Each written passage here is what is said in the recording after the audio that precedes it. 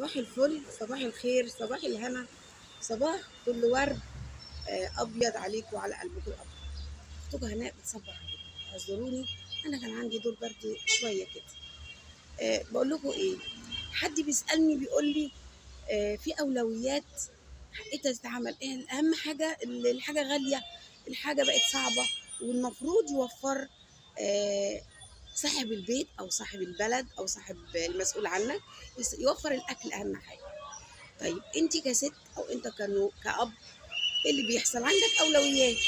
انت ممكن تيجي على دروس الولاد وتقول دي ما ينفعش اتنازل عنها، ده هي وقت معين لازم الولاد ياخدوا دروسهم ولازم. لكن لو انت غسالتك بايظه هتقولي اكبر دماغي؟ لازم تصلحي الغساله عشان تغسلي الغسيل عشان البيت يمشي.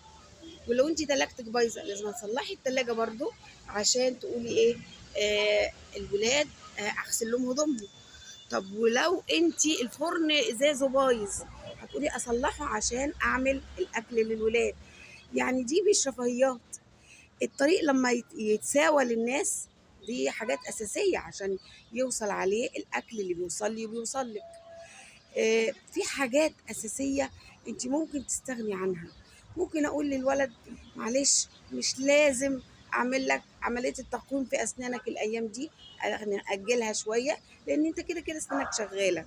ولكن احنا ممكن نقول لبعض الاكل مطلوب، بس بنعمل ايه؟ ترشيد شويه. انا مش بقول لكم احبسوا نفسكم او يلا نحبس بعضينا، لا.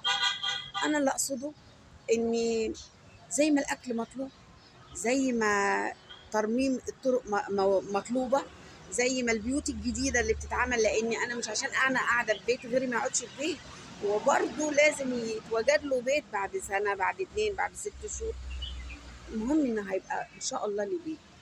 يبقى الاولويات بتحكم، ولكن في حاجات برضه بتبقى ضروري. صباح الفل عليكم، كانت معاكم اختكم هناء ابراهيم، والسلام عليكم ورحمه الله وبركاته.